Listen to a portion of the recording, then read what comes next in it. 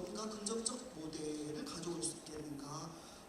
또한 당대 농민군이 그런 걸 모델로 삼았던 것인가 하는 점에 대해서 질문 드리고 싶습니다.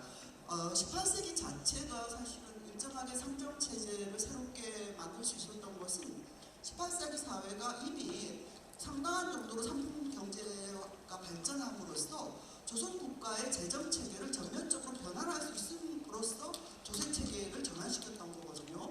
그런데 19세기에 오면은 또다시 이제 조선 사회의 조세체계, 재정체계는 거의 상당한 또 변화를 가져옵니다. 그래서 결세, 호세, 잡세라고 하는, 특히 잡세의 경우는 상품화폐 경제가 굉장히 발전했던 것에 나은 문제고, 또 농민분들은 무역에 관한 조세 문제도 상당히 이제 제기하고 있습니다. 이런 것으로 볼 때 농민군은 과거로의 회귀가 아니라 당대의 사회적인 어떤 조건에 근거해서 이 문제를 어떻게 해결할 것인가. 저는 이제 그걸 두 가지로 해석하고 싶습니다. 하나는 농민군들이 이걸 법에 의해서 하라, 법을 만들어서 법대로 하라라고 하는 주장과 함께 농민군들이 직접적으로 이런 문제를 제기하고 해결하려고 했던 데서 보여지듯이 이런 그 조세나 재정체계 운영을 인민의 참여로 시행하라라고 하는 또 강력한 그 어떤 지향 요구를 했다고 보여지고, 이것은 소민 소농 사회의 또 상정의 원래적 회복하고는 좀 거리가 있는 이야기가 아닐까, 그렇게 질문드리고 싶습니다. 예, 질문 감사드립니다. 이 부분에 대해서는 뭐 한참 걸리겠는데요. 답변하고 토론을 하려면 워낙에 또 오래된 토론의 대상이기도 할 뿐더러 지금 김상우 선생님께서 또 아주 새롭게 이 문제 제기를 해준 측면도 있고 해서 저도 덧붙일 말이 굉장히 많은 것 같습니다만, 일단 김상균 교수님 답변을 부탁드리겠습니다. 예, 저녁 시간도 있지 않습니까?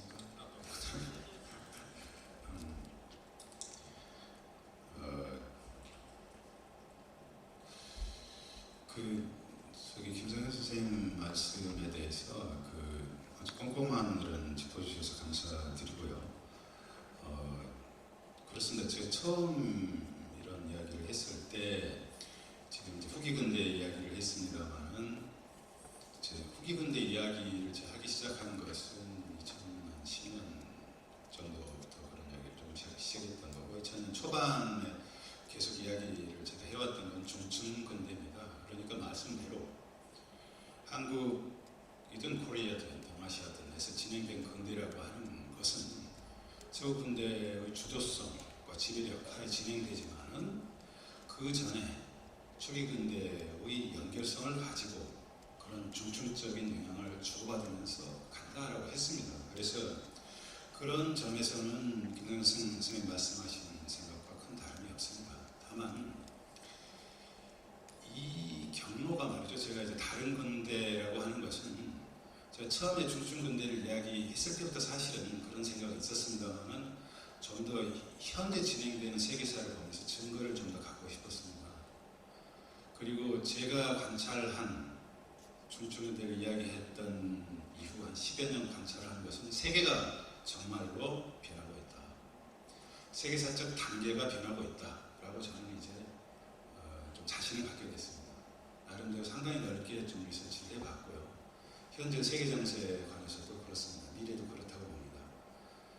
그 점에서의 강조점이 약간의 차이를 만들어낸 것 같은데요. 저는 좀 그런 생각이 듭니다. 제가 먼저 가능한 짧게 하겠습니다. 원고에서는 빠졌지만 제가 약간 과필한 한 문단이 있는데요. 그러니까 직관서 제가 민간 공치라고 하는 것에 대해서 한 문단 더 안에 있었습니다. 자료적에는 빠져 있는데요.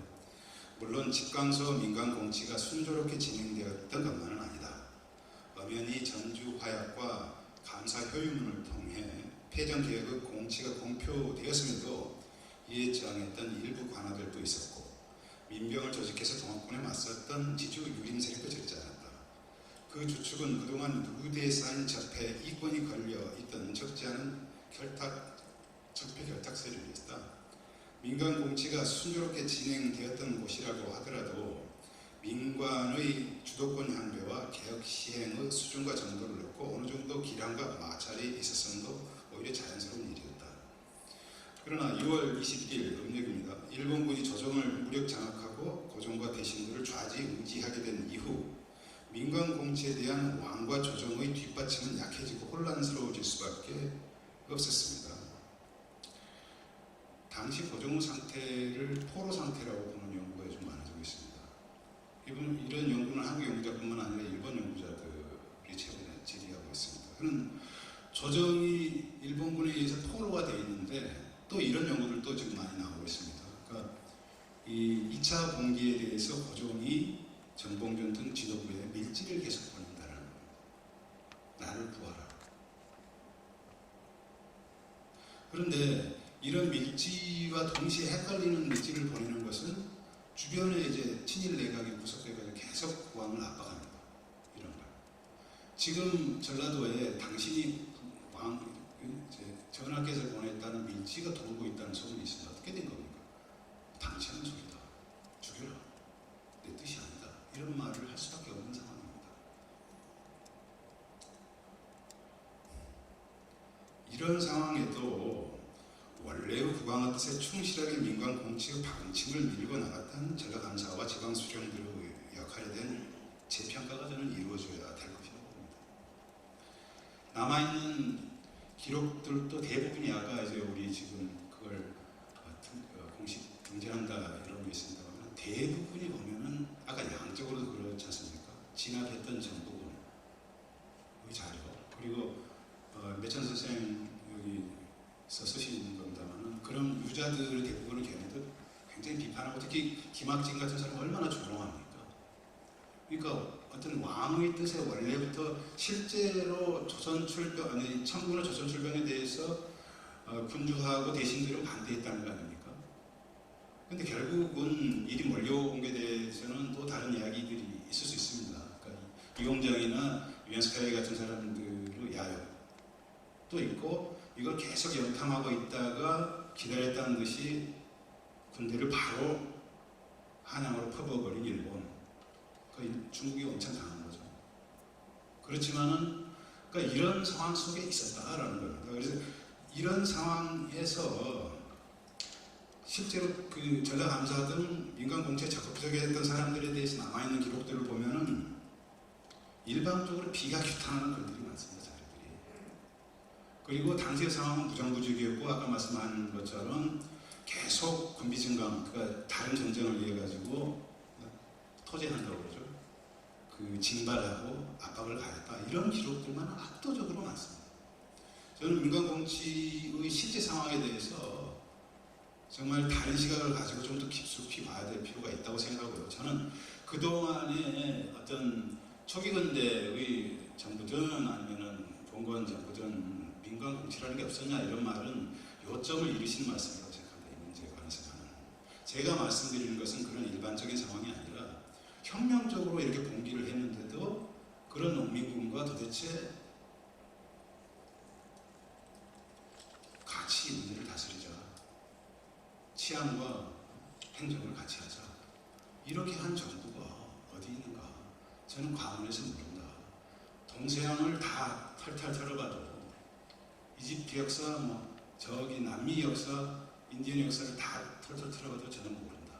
이 말씀을 드렸고 이 점이 우리는 주목해야 된다라는 말씀이었고요. 조금 짧게 두번 이제 유교 언어 자체 유교 문제인데요. 제가 2005년에 처음에 썼다는 동학에 관한 논문은 제목이 이제 대중유교로서의 동학이었습니다. 그러니까 그동안의 연구들을 제가 봤을 때는 이런 거였습니다. 동학혁명에 대해서 한쪽은 그거 봐라 전부 유교적인 언어네. 그러니까 봉건이지. 이건 아무런 쓸데가 없는 것이었어. 그런가 하면은 다른 한쪽은 전혀 아니다. 이거 유교 아니다. 유교하고 정말로 발을 끊었다. 혁명적이었다. 라고 하는 거거든요. 그래서 이 두 입장이 전혀 다른 입장으로 막 싸웠습니다. 그런데 다른 듯이 보이지만 같습니다. 유교는 바로 봉건이다. 과거고. 그래서 이게 말이죠. 유교하면은 뭔가 이걸 철저히 부정해야만이 우리는 근대로 간다는 생각이 있어서 그런 거예요. 근데 이 점에 대해서는 미야지마 선생님이 잘 짚어주셨다고 생각합니다. 기독교 근대라고 하는 게 기독교 문화에 나오는데 기독교 부정하는 사람들이 있습니까? 없습니다. 기독교 내에서 동파가 나오면서 이단을 처음 불렀죠. 이런 사람들이 새로운 사회를 만들어왔거든요. 왜 우리는 유교가 수천 년 동안 오히려 기독교보다 훨씬 더 오랫동안 현실을 중심해서 여러 가지 자기를 시정하는 과정도 있었고 이랬는데 왜 유교가 아니어니 근대라고 이야기를 해야만 하냐 이걸 짚었습니다. 그리고 실제로 동학을 들여다보면 그렇지가 않더라. 대중유교 현상이 있었다. 유교가 대중화됐다. 이건 대단한 일이다. 이런 말씀을 드렸고요. 삼정회복 문제는 점점 길어질 것 같으니까 점점 짧게 말씀드리겠습니다. 그러니까 이렇게 볼 수 있습니다. 그 삼정이라는 게 19세기 그게 그 조선시대가 달라졌지 않냐 이런 말씀을 하는데 제가 이 문제에 관해서는요 4월 중순인가 그 경서일표에 관한 학회가 한 번 있었습니다. 광화문에서. 그래서 경서일표에 관한 전문가들이 다 모였는데 저는 사실 국사학자, 역사학자가 아니기 때문에 어느 문제에 대해서는 이제 전문가라고 나설 수가 없습니다. 근데 거기 나온 논문 중에서 기억나는 게 젊은 이제 새로운 여성 연구자셨는데 이 조세, 재정 전문가입니다. 그리고 19세기 조세 체제를 뭐 완전히 파헤쳤던데 그 다산이 그 문제를 어떻게 또 받고 이런 논문이었습니다만 요점은 그거였습니다. 그러니까 삼정이라고 말하는 언어는 달라지지만 내용은 똑같다는 거고 그러나 결론은 저하고 좀 달랐죠. 그런 체제를 계속하려고 했던 것이 조선왕조의 실패하고 있는데 이렇게 분석하는 굉장히 그 데이터를 철저히 다루는 논문이었습니다. 그래서 저는 삼정 체제라고 하는 것은 이제 17세기 시작돼서 18세기 완성된 삼정 체제라고 하는 것은 나중에 언어가 바뀌었고 하지만은 그 틀은 그대로다라고 하는 점에서 다르지 않고 또 선생님 말씀하시는 것처럼 그 운영을 법에 근거해서 해라. 더구나 농민의 참여로 같이 해라. 이것은 대단한 것이다. 이것 자체가 저는 혁명적이라고 생각하고 그리고 전 후기 근대라고 했을 때는 그래는 많이 조금 이야기했고 제가 다른 책에서는 많이 이야기했습니다만은 기왕의 어떤 경제 시스템에 있어서 우리가 주목되는 게 있습니다. 그러니까 이건 부주어 자본주의 체제 오늘 압도적이고 여전히 압도적이기 때문에 거기에 대해서는 우리는 말하지 않겠다. 말할 게 없다. 이렇게 생각하는 것은 더 이상 아니다. 인류 경제의 미래에 관한 생각은 열려있다 이제. 그렇지 않습니까? 영국 여왕이 그 영국 최고 경제학자한테 도대체 경제학은 어떻게 되는 겁니까? 하는 폐하 경제학은 죽었습니다. 기왕에 이제 19세기, 20세기를 지배했던 경제학은 죽었다. 새로운 경제학에 대해서 이야기할 때다. 이런 말씀을 드리고 싶습니다. 예, 뭐 얘기를 좀 덧붙이려더니 두 분 하는데 20분이 넘었습니다. 그래서 그냥 바로 넘어가겠습니다. 다음 그 발표는 홍성덕 선생님이 해주신 기록학적 관점에서 본 동학농민혁명 기록물의 가치에 대해서 정성 교수님께서 토론해 주시기 바랍니다. 정성합니다. 한강덕 스님은 2016년 세계유산으로 등재할 동학농민기록물 175점에 대한 구체적인 현황과 기록학적 관점에서 생산, 보존의 맥락 정보와 기록물의 가치를 분석하셨습니다. 무엇보다 동학농민 기록물의 가치를 기록학적 관점에서 원본성, 중본성, 유일성, 역사성으로 정리하셨고 또 기록학적 제거 방안으로 수집과 분류의 어떤 그 필요성과 기술에 있어서 국제 표준화라는 기술 규칙을 동학농민혁명 기록물에 적용을 제안하면서 민주화 사료관과 기독교 역사 기록의 기술 규칙을 열어드리셨습니다. 제가 이제 2016년도에 동학농민 기록물 현황을 조금 분석을 좀 했고요. 기록학적 분석 실현이라는 측면에서 수집, 정리 이런 부분을 조금 제안을 좀 했었습니다만 홍 선생님께서는 이보다 좀 더 큰 틀에서 이론적으로 기술 규칙을 통해 기록물 정리를 체계화하고 네트워크화하자는 주장을 하셨습니다. 그 부분에 이제 전적으로 동의하고 또 무엇보다 동학농민기념재단을 주축으로 해서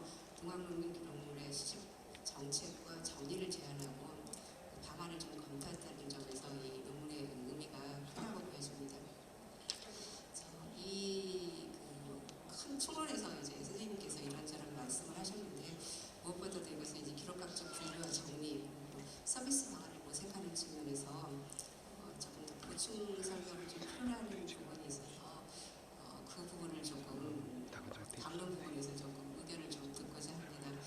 먼저 이제 동학농민혁명 기록물의 정리와 기술 규칙을 개발을 제안하셨고 이건 좀 정치한 부분이니까 앞으로 좀 숙제로 좀 남겨두자 그런 말씀을 하시면서 그 이해에 대한 거를 아사드는 민주화 사료관 그리고 아사르는 기독교 역사 기록 컬렉션의 기술 규칙을 여기 들으셨습니다. 물론 이게 이제 아사드 이제 다계층 예술 원칙을 조금 이제 민주화 기념관에 조금 이제 설명을 좀 하셨고요. 그다음에 이제 그 기술 영역에 대한 부분은 기독교 역사 기록 컬렉션에 대한 예시를 좀 들으셨는데 똑같은 이제 매니스크립트 기관이라는 측면에서 봤을 때 동학농민혁명 기록물 기념 재단에 있는 것을 재단이라는 측면에서 단체적인 측면에서 그대로 좀 적용해도 괜찮을지 아니면 선생님이 생각하시는 뭔가 좀 동학농민 기록물에 대한 특성이 있다면은 어떠한 조건들이 들어가야 되는지 그 예시에는 뭐 여기 뭐 필수 부분 뭐 선호 부분들을 좀 책정을 좀 하셨습니다. 그래서 그 부분에 대한 대략적인 의견이 있으시면 좀 듣고 싶고요. 앞으로 해결해야 되는 과제이긴 합니다만 두 번째는 이제 저는 이제 이것저것 다 이렇게 나와 있는 상황을 통해서 신문자를 포함해서 270건을 집계했습니다. 근데 신문제로 21건 빼면 한 250여 건 되는데 세계유산 등재 기록물은 이제 175건으로 이제 정리를 하겠습니다. 이건 이제 김영희 선생님이 아까 발표를 좀 하셨는데 이 부분에 대해서는 뭐 여러 전문 연구자들이 가치를 검토해서 등재 기록물로 선정하셨을 텐데 송 선생님께서 아까 그 이론적 측면에서 기록학 가치를 조금 조목조목 말씀을 좀 하셨습니다. 물론 기록물 가치 부분에 역사적 사료적 가치 부분도 좀 드러나 있긴 하지만은 적어도 이제 175건을 상대로 한 기록의 가치를 좀 설명하셨기 때문에 왜 이것이 이렇게 중요하고 제외된 것들은 왜 제외되는가 선생님께서 보시는 기록학적 가치, 등재 기록물에 대한 좀 명확한 설명을 조금 듣고자 합니다. 세 번째 지역적인 문제이긴 합니다만 서론과 본론 부분에서 동학농민 기록물의 한계라고나 할까요? 이런 부분은 일단 일제강점기에 원질서, 출처주의가 조금 훼손됐다. 이런 점들이 좀 분류에 있어서 조금 앞으로 좀 조심성을 좀 기하고 이걸 제대로 좀 분류를 좀 해야 되겠다라는 한계점을 또 지적을 하셨습니다. 이거 말고도 동학농민 기록물 같은 경우는 사실 이제 조선 정부에서 농민에 대한 어떤 왜곡이나 어떤 좀 소략된 부분이나 이런 점들도 좀 한계점이 좀 없잖아 있어 보입니다. 선생님이 생각하시는 동학농민 기록물에 대한 한계점이라고나 할까요? 이런 부분을 조금 설명을 좀 해주면 감사하겠습니다. 예, 질문 감사드립니다. 그래도 우리 청중 여러분들께서 차분하게 잘 자리 지켜주시니까 감사합니다. 보통 때는 중간에서 막 일어나서 질문하고 막 큰 소리 치고 하는데 오늘은 그런 거 없어서 홍선 선생님 답변해 주시기 바랍니다. 예, 간단하게 좀 정치한 이야기이기도 하고 기록하기 좀 생소하셔서 사실은 조금 이해하기가 좀 어려우실 수 있겠습니다만 기본적으로 첫 번째 질문은 동학기록물이 가지고 있는 특성인데요. 이게 일반적으로 민주화 사료관이나 기독교 컬렉션 자료에 대한 제안들은 대부분 다 사기록물을 전제로 하고 있습니다. 그러니까 민주화운동 사료관도 거의 대부분이 다 사기록에 해당이 되는데 사실은 동학농민혁명 기록물이라고 하는 관점에서 보면 앞서 말씀드렸지만 역시 공기록이 굉장히 많이 되어 있는데 이게 생산기관에서 현재 보관하고 있는 게 아니고 역시 이관이나 수집된 기록물이라고 하는 특징이고요. 또 하나는 기록물의 전체적인 성향을 보면 저희들이 기록학 단위에서는 기록의 유형을 폼이라든지 시리즈, 철, 아이템, 파일 아이템 이런 식으로 4단계로 분류하고 있는데 사실은 전체적으로 기록물 전체가 다 동학의 기록물인 것도 있지만 그 중에 일부만이 동학에 관련된 기록물인 경우들이 있습니다. 그러니까 기록물의 철 단위는 동학의 기록물을 포함한 전체적인 다른 형태의 기록물이지만 그 안에 기록학적 용어로 보면 건 단위의 동학에 관련된 자료가 좀 밀도 있게 들어가 있는 이런 이런 자료들이 좀 혼재되어 있다는 거고요. 따라서 사실은 동학이라고 하는 주제로 기록을 전체적으로 분류할 때 계층적으로, 즉 생산자 유형에 따른 계층도 여전히 굉장히 다양화되어 있고요. 그 다음에 기록의 자체의 유형의 성격들 자체도 어느 단위에는 phong 단위로 분류할 수 있는 것도 있지만 기록물 군이라고 보기도 합니다. 기록물 군 단위로 분류할 수 있는 거지만 대부분은 철 단위나 건 단위의 동학 기록물들이 산재해 있다라고 하는 부분이어서 기록학적으로 그것을 구성하는 게 굉장히 크다. 그 다음에 생산기관으로 놓고 보면 동일한 생산기관의 문서들이 별도의 소장기관에 나누어져 있는 부분들도 역시 존재합니다. 그것은 전체적으로 규장각 도서를 포함해서 중앙 그 관청기록, 이 관청기록들이 일제강점기의 규장각으로 통합되어져 가는 과정에서 일부는 이탈해버렸고요. 그 일부가 규장각에 많이 남아있는데 그런 이탈했던 문서들이 현재 예를 들면 고려대 도서관이나 연세대나 또는 국사편찬이나 이런 데로 지금 흩어져 있는 국가기록원으로 흩어져 있고 이런 부분들이 좀 산재되어 있어서 그것을 바로잡는 부분들이 굉장히 클 수 있다라고 하는 그 특징들이 있을 것 같고요. 두 번째로 등재 대상과 등재 대상이 아닌 기록물에 대해서는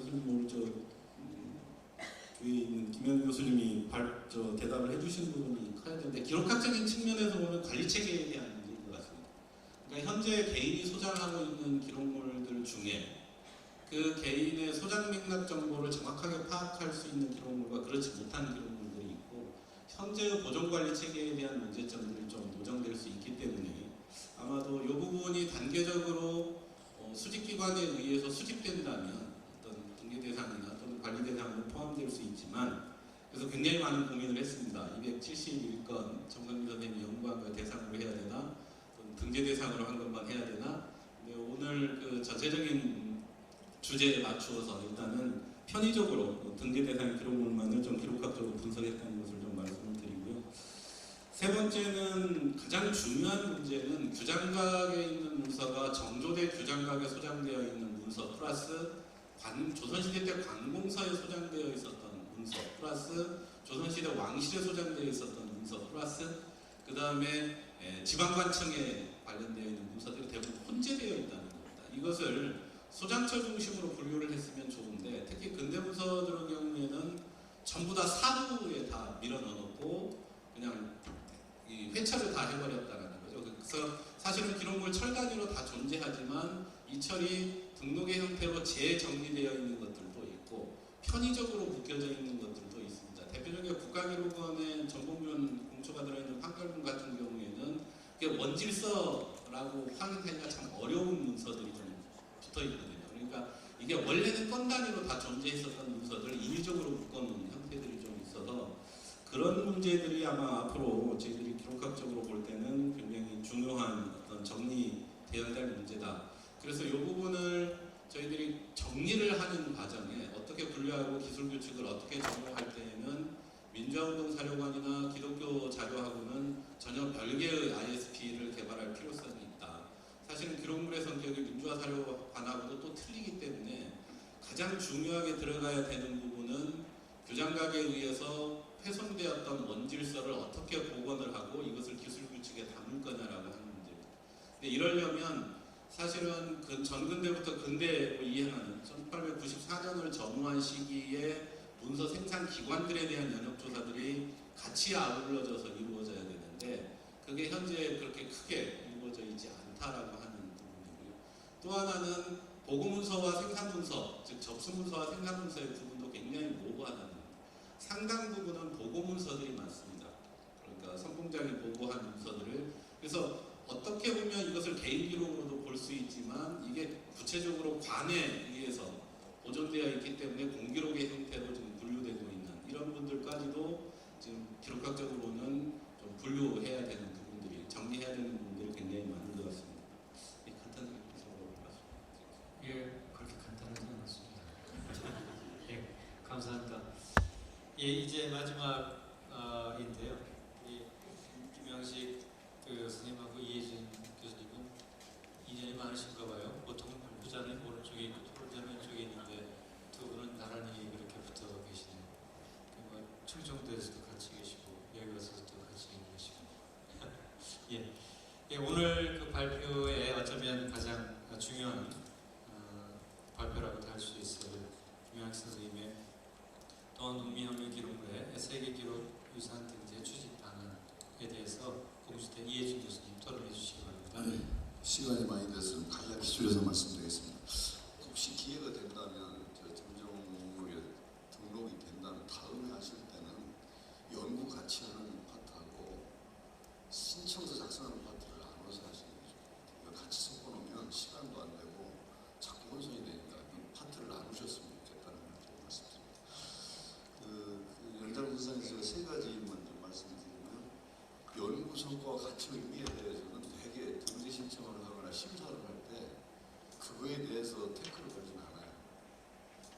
그걸 열심히 설명하는 부분은 좋은데 포인트만 짚으면 되고 문제는 기록물이 성격이 어떤 것이고 어떤 내용이 꼭 이게 기록 보존 돼야 되는가라는 걸 강조해야 되는데 그 부분이 저희가 볼 때는 가치 문제 80, 85 기록은 15도 안 되는 것 같다는 느낌이 들어서 그런 걸 좀 다음에 할 때는 생각을 해주시면 좋겠다.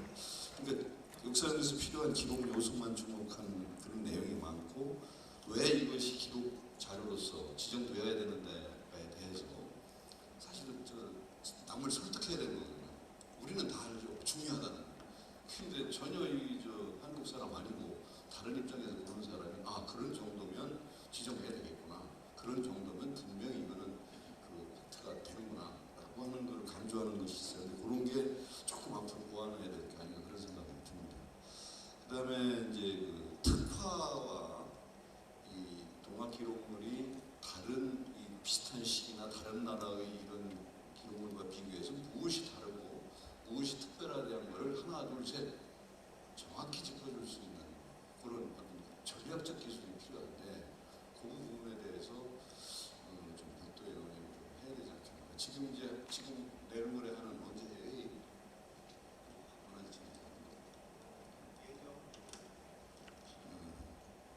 여기서는 뭐 같은 한국 우리 편이니까 해줄 수가 있는데 문제는 장정으로 이제 저희가 되고 나서 이제 본격 라운드에 나가는 거거든요. 그때는 외국인을 설득하는 거예요.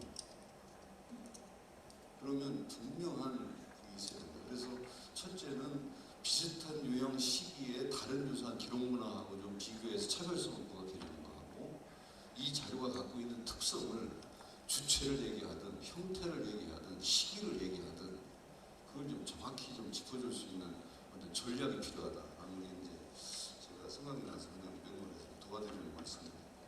제가 느끼기는 이 세계 기록무산의 이 내용은 세계의 기억이라는 MOW 이거잖아요. 그래서 결국은 가치도 중요해요. 가치는 기본적인 거 당연히 하지만 보존, 접근, 보급, 인식제고라고 하는 목표가 따로 있으니까 저도 세계유산이 유형 문화유산 지정할 때 저는 역사를 연구하는 사람이니까 가치만 저는 자꾸 얘기를 했는데 알고 보니까 그게 별거 아니더라고요. 그거보다 오히려 세계유산 지정하는 이유는 딴 데 있더라고요. 그런 것이 이제 여기도 보존, 접근, 보급, 인식 제고의 부분에도 지금 현재보다는 조금 더 뭐를 써줘야 다음에 본 라운드에 나갔을 때 등재 가능성이 훨씬 높아지지 않겠나 그런 생각이 들어서 그걸 좀 지적해서 말씀드리겠습니다. 이상 마치겠습니다. 예, 감사합니다. 우리 김영학 선생님 답변 부탁드립니다. 예, 감사합니다. 아까 그 사회자 스님도 말씀하셨지만은 이와 같은 국제학술 대의를 바탕으로 해서 시정서가 작성이 되고 그것이 이제 문화재청에 제안이 됐으면 가장 더 바람직했는데 상당히 아쉽습니다. 오늘 뭐 상당히 좋은 지적 내용들이 나와서 더욱 아쉬움이 큰 것 같습니다. 그럼에도 불구하고 허건 선생님 말씀을 100% 아니 200% 믿겠습니다. 아마 그렇게 기대를 하겠습니다. 따라서 이것이 이제 문화재청에서 일단 받아들여지면은 6월 이후 내년 3월까지 정식으로 이제 유네스코에 이제 신청하기 위해서 다시 세계적인 코드에 맞춰가지고 등재 신청서를 작성을 합니다. 그때 이제 오늘 논의된 내용들을 최대한 좀 반영시켜서 수정 보완을 하고자 합니다. 이상입니다. 예, 감사합니다. 이번에 선정되면 좋을 텐데 선정 안 돼도 좋을 것 같아요. 계속 노력할 테니까. 그러면 또 계속 연구를 해야 되고 뭔가 계속 또 이 수집을 위한 노력도 해야 되고 우리가 조금 적절치 않은 비유일지 모르지만 문재인 대통령이 4년 전에 대통령 됐으면 아마 이렇게 못했을 것 같아요. 4년 후에 재수하니까 그래서 않을까 하는 생각이 드는데 어쨌든 준비하신 것 벌써 3번째 준비를 했고 또 그 사이에 많은 노력을 하셔서 좋은 보고서가 나왔기 때문에 이때쯤에서 등재가 되었으면 좋겠다라는 바람이 여기 계신 분 다 가지고 계실 거고요. 그러나 설사 그렇지 못하다 하더라도 이것이 당연히 끝은 아니고 오히려 우리에게 더 좋은 기회를 줄 수 있다는 마음가짐으로 준비를 하면 될 것 같습니다. 시간은 됐습니다만 오래 기다리신 청중 여러분들께서 질의하실 사항이 있으면 해주시기 바랍니다. 예, 마이크 좀 해주십시오.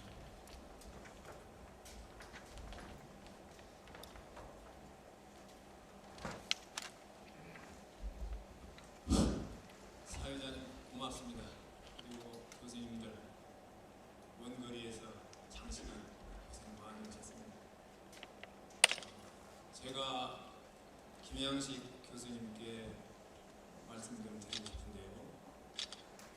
제가 보는 관으로는 우리 교수님들의 보는 관이 실제 일치가 돼야겠고 우리 또 지역 간의 이해관계가 역사하고 끼어서는 안 되는 것이기 때문에 바로 가야 하는 이 역사를 보고 서로 참 양보를 해야 할 것이고 내놓을 건 내놔야 할 것이 정리가 되어야 우리가 내놓아도 다음 누가 이거 잘못됐다라고 지적을 하지 않을 것인데 그 점이 매우 우려가 스럽습니다. 제가 배양섭 교수님의 의장 호봉 또 우리 무타오 교수님의 전봉준 장군님과 고부기포 이런 여러 가지 사정을 조합해보고 또 어떻게 보면은 이게 서로가 밖에서는 안 되고 존경돼야 하는 대목이 자꾸 누락되고 빠져간다고 우리 교수님들 본 관 속에서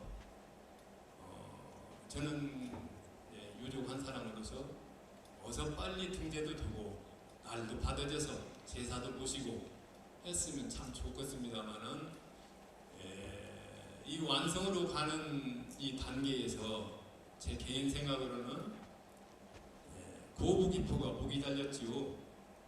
민난으로 과연 이 고부기포를 민난으로 만들어 놓고 전봉준 장군이 거기에서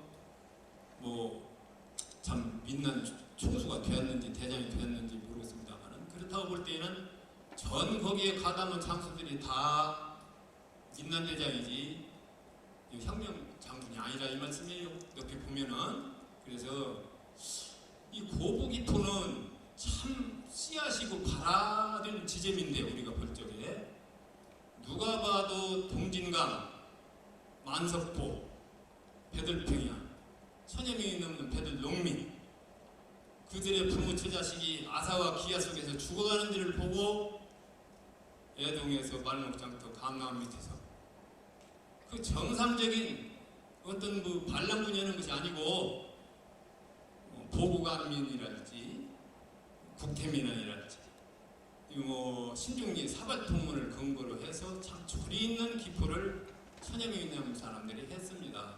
그렇다면 씨앗을 제공하고 발화를 제대로 한 이 고부 기포를 이렇게 그냥 붕괴버리고 넘어가도 좀 표현이 곤란합니다만 될 것인가? 그 조금 핵심. 그래서 이 질서가 제대로 잡힌 역사관이 서야 같다.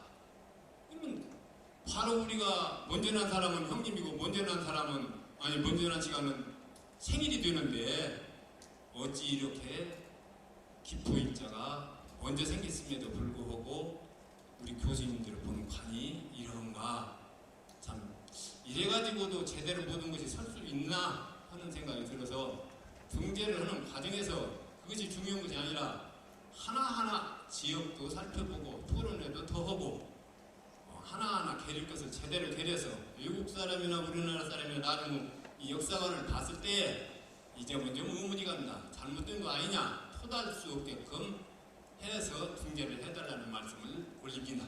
예, 감사합니다. 뭐 이번에 등재가 안 돼야 될 것 같은데요. 예, 지금 그 부분에 대해서 답하기는 좀 적절치 않은 것 같고요. 혹시 다른 분 또 질문하실 분 있습니까? 예, 앞에 여자분. 예. 손이 조금 빨랐습니다. 간단히 부탁드립니다. 예, 제가 동학문민혁명 기록물을 세계유산에 지금 등재하는 기록물을 보면서 좀 들었던 생각은 이 기록물이 왜 1894년 4월 이후의 기록물만 거기 등재 대상이 되는지가 좀 궁금합니다.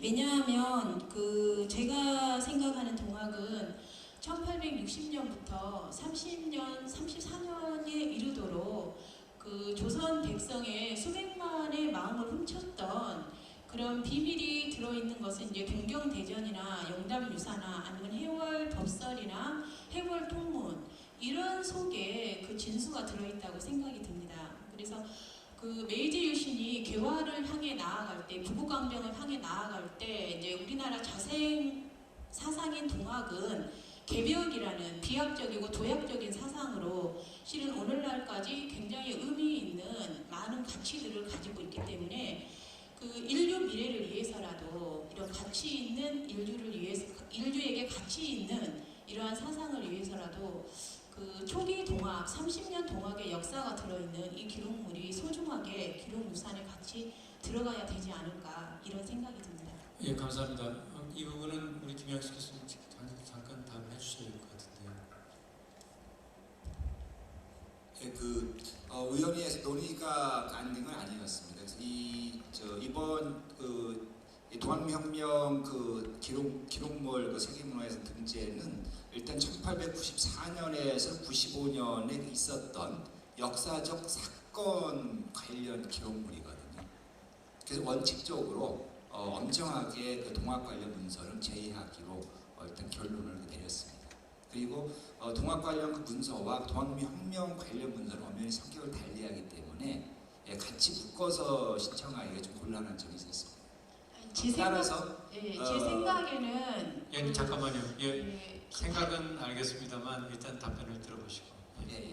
따라서 아마 그 동학혁명 그 기록물과 동학 기록물은 성격을 달리하기 때문에 동학 기록물은 별도로 추진을 해야 되지 않나 하는 생각을 합니다.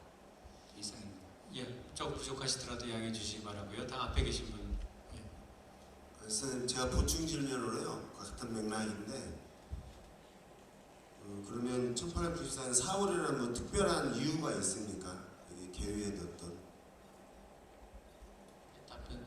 1894년 4월부터 1년에 걸쳐서 이루어진 기록물이다 했는데 그 4월의 의미가 무슨 뜻입니까? 일단 동학혁명의 그 시작을 그렇게 보기 때문에 그런 거죠. 그러면 지금 등재기물 1호가 사발통문인데 사발통문을 이 기록물에 넣을 수 있어요?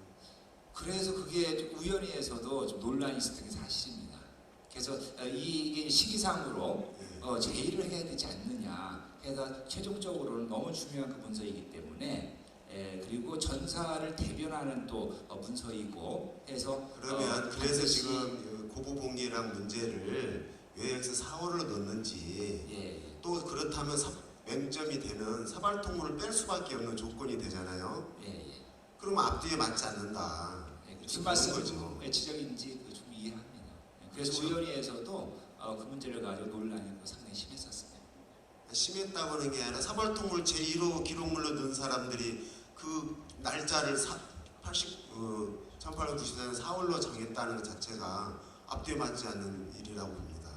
그래서 제가 아까 이 교회를 잘못 만들었다, 저는 찬성하지 못하겠다 이렇게 표현을 했는데요. 이거는 좀 시정돼야 되지 않느냐, 그렇게 생각을 합니다. 선생님 한번 참고해 주십시오. 문제제기 충분히 이해를 합니다. 그래서 이게 만약에 이제 그 문화청에 받아들여져가지고 정식 이제 세계기록문화유산을 등재할 때는 그 점을 충분히 검토하는 방향으로 의견을 내겠습니다. 예, 알겠습니다. 예, 알겠습니다. 예, 뭐 혹시 더 하시고 싶은 말씀이 있을지 모르겠습니다만은 혹시 여기 이 무대에 계신 분 중에 꼭 이 말은 해주시고 없으시죠? 예. 어떻게 보면 이 세계기록유산으로 그 등재를 한다라고 하는 것이 그런 과제에 따라서 동학에 대한 연구가 좀 새롭게 되는 그런 부분들이 있는 것 같아서 반갑습니다. 그러니까 1단계로는 우리 내국인들한테 설득을 해야 될 것 같고요. 벌써 뭐 대기하고 있는 계열세계라고 하니까 그 중에서 2위 안에 들어가야 되는 거 아닙니까? 그래서 내국인에 대한 설득의 논리가 필요할 것 같고 또 들어가고 나면 외국인에 대한 설득 논리가 또 필요할 것 같고요. 그래서 내국인, 외국인 모두에게 어떻게 하면 동학농민혁명 관련된 기록이 등재되어야 하는가라는 그 필요성을 설득해야 한다는 그런 새로운 과제가 앞에 닥친 것이 어떻게 보면 대단히 그 연구욕을 자극하는 그런 좋은 계기이기도 합니다.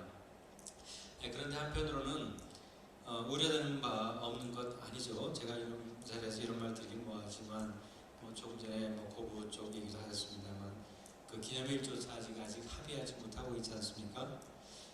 이런 일을 세계문화유산 등재를 하려면 우리가 다 힘을 합쳐도 해내기가 쉽지 않을 텐데 이런저런 그 본란의 모습 보이는 것 좀 좋지 않은 것 같긴 합니다. 또 기록의 범위를 어디까지 할 거냐 하는 부분들도 여전히 논의 대상이 되는 것 같긴 한데요. 이런 논의의 과정이 더욱더